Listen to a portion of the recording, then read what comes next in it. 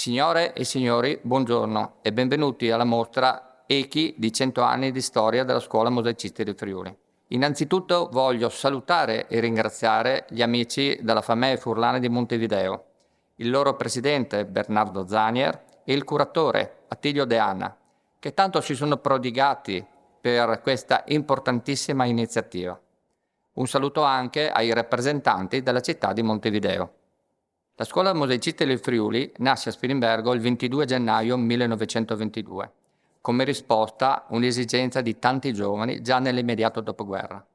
Giovani che imparavano il mestiere andando a lavorare a bottega e quindi avevano bisogno di una scuola per una formazione professionale a 360 gradi. Scuola che poi raccogliesse il sapere di questa antica tradizione che tanto si era diffusa nel nostro territorio già nei secoli scorsi e che poi a causa della migrazione aveva portato le nostre maestranze in giro per il mondo, lasciando la loro terra d'origine, il Friuli, con tanto coraggio, determinazione, competenza, ma non in cerca di fortuna, bensì in cerca di condizioni di vita migliore per loro e per le loro famiglie.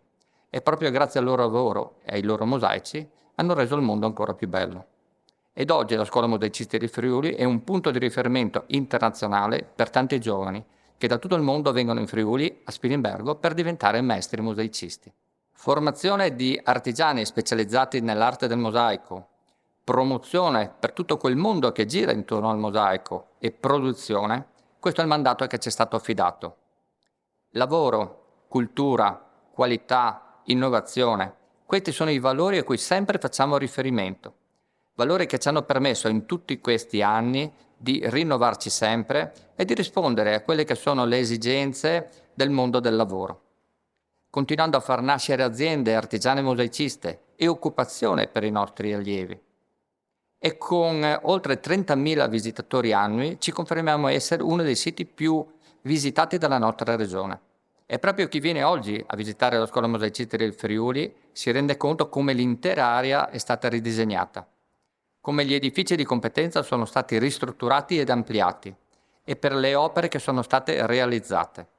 Ma tutti questi fantastici obiettivi, traguardi, non si possono ottenere se non si ha un gruppo di lavoro speciale come il nostro, formato da persone determinate e responsabili, persone che in tutti questi anni si sono succedute operando ed interpretando il proprio ruolo con impegno, passione e professionalità, come i nostri docenti, il nostro personale amministrativo, i direttori, i presidenti, i sindaci di Spilimbergo, la regione Friuli Venezia Giulia.